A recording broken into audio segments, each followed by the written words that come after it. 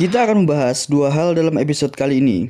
Yang pertama adalah teori-teori yang menyatakan muncul kehidupan di planet bumi ini. Yang kedua, kita akan mengkaji bagaimana kehidupan yang muncul itu kemudian berproses dan berkembang biak, sehingga menghasilkan kehidupan yang sangat kompleks di planet bumi ini.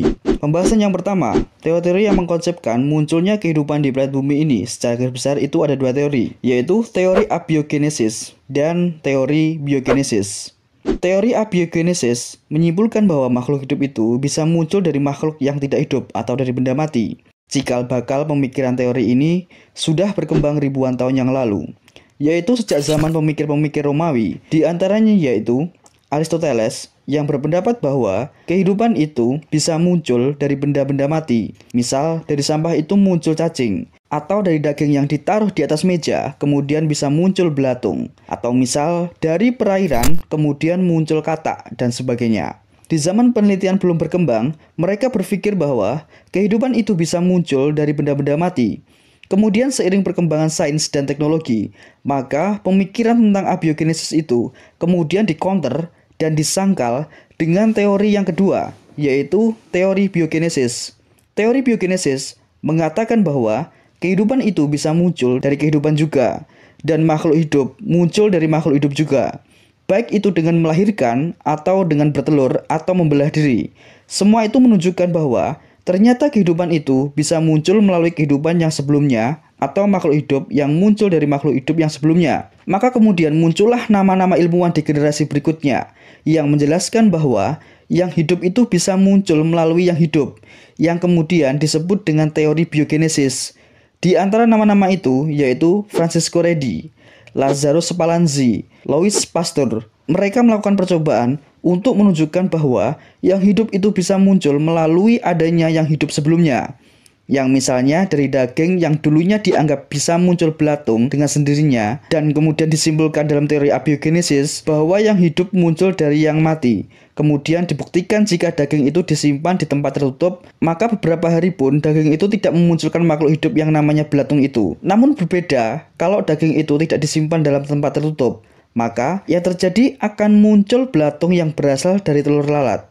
Jadi teori biogenesis menyimpulkan bahwa makhluk hidup itu bisa ada karena adanya kehidupan makhluk dari generasi sebelumnya. Dan ternyata pertarungan pemikiran ini terus berkembang sampai sekarang. Bukan hanya dari abad 18, 19, dan abad pertengahan, tetapi sampai dengan abad 20 ada yang memperjuangkan pemikiran abiogenesis yang juga diimbangi oleh kelompok-kelompok yang menganut teori biogenesis. Misal, di tahun 50-an itu ada percobaan yang kita kenal dengan Miller dan Urey yang mencoba membuktikan bahwa dari benda mati itu bisa memunculkan kehidupan yang kemudian dibungkus dengan nama yang bukan lagi abiogenesis, melainkan teori biokimiawi. Dia ingin menunjukkan bahwa dari molekul yang mati, kalau disintesis secara benar, itu bisa menghasilkan asam amino. Asam amino adalah protein sederhana yang menyusun tubuh makhluk hidup baik manusia maupun binatang. Makhluk itu tersusun dari sel-selnya, tersusun dari asam amino, dan kira-kira ada 20 asam amino sebagai penyusun tubuh makhluk hidup.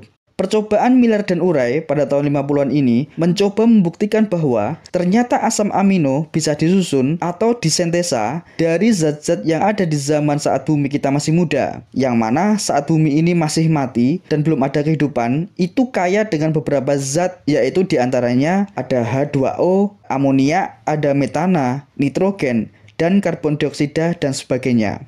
Itu dia masukkan dalam satu proses dalam tabung reaksi yang kemudian diberikan lucutan listrik. Karena mereka mengasumsikan bahwa zat-zat itu ketika dikenai petir, yaitu di saat bumi kita masih muda waktu itu akan memunculkan zat yang namanya asam amino itu. Dan memang terbukti bahwa molekul-molekul atau zat-zat itu ketika direaksikan dan dikenai lucutan listrik tertentu, itu kemudian menghasilkan endapan zat-zat protein sederhana sebagai asam amino itu. Tetapi dia itu tidak bisa membuktikan bahwa asam amino itu hidup, yang artinya zat-zat yang mati akan menghasilkan zat-zat yang mati juga, dan tidak berhasil menunjukkan bahwa kehidupan di awal atau proses munculnya kehidupan di planet bumi ini. Dan faktanya benar-benar tidak bisa dibuktikan. Nah, sampai sekarang di abad 21, sekitar 3 tahun yang lalu, di tahun 2017, itu masih terus dilakukan upaya-upaya untuk mengukuhkan pendapat bahwa kehidupan itu bisa muncul dari makhluk yang mati. Nah, Ini semua dilakukan oleh pejuang ilmuwan sekuler untuk menghindari peran Tuhan di dalam munculnya awal mula kehidupan di planet bumi ini. Mereka tetap berusaha untuk membuktikan bahwa ini semua bisa muncul tanpa campur tangan Tuhan.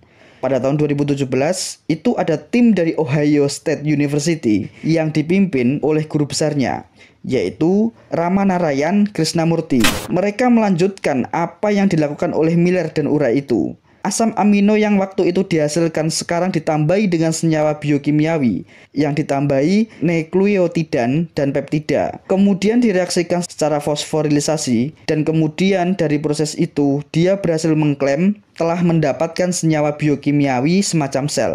Nama jenis sel ini tidak memiliki fungsi untuk sebuah kehidupan karena di dalam sel yang hidup itu terdapat inti sel. Nah, dalam inti sel ini muncul perintah-perintah kehidupan atau kode-kode genetika yang memerintahkan sel itu berproses dalam kehidupan dan kemudian berkembang biak. Dan salah satu tanda bahwa sel itu hidup adalah dengan berkembang biak. Maka sekali lagi, ilmuwan-ilmuwan sekuler tidak berhasil untuk membuktikan bahwa kehidupan itu tidak dapat muncul dari benda yang mati. Dari zat-zat biokimiawi yang sesungguhnya itu hanyalah molekul yang mati. Dari sini kita mendapatkan gambaran tentang teori-teori terkait munculnya di planet bumi ini.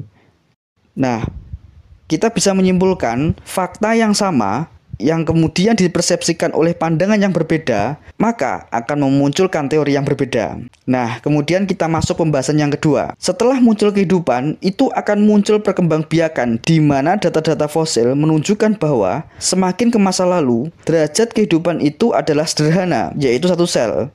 Munculnya kehidupan dimulai dari mikrofosil yang mana ada selnya, namun belum ada intinya. Jadi, sekitar 3,5 miliar tahun yang lalu, kemudian berproses selama 1 miliar tahun, kira-kira di 2, miliar tahun yang lalu, kemudian muncul sel yang lebih kompleks yang ada intinya, yang disebut eukaryots dan berkembang terus menjadi Ediacaranfauna. Data-data fosil menunjukkan semakin ke sini memiliki kompleksitas sel dan jaringan seluler, bahkan organ-organ dan organisme yang lebih kompleks. Teorinya bermacam-macam, ada yang berpendapat itu terjadi karena seleksi alam, kemudian ada juga lagi yang berpendapat itu disebabkan karena Allah menciptakan makhluk-makhluk berderajat lebih rendah yang berkembang semakin kompleks seperti sekarang. Teori ini muncul dari kelompok sekuler dan kelompok agamawan. Kelompok sekuler selalu pengen mengatakan bahwa semua proses ini tidak perlu adanya campur tangan Tuhan, namun ilmuwan yang agamawan itu tetap berpendapat bahwa proses itu tidak sepenuhnya dari proses seleksi alam, namun ada percampuran tangan Tuhan.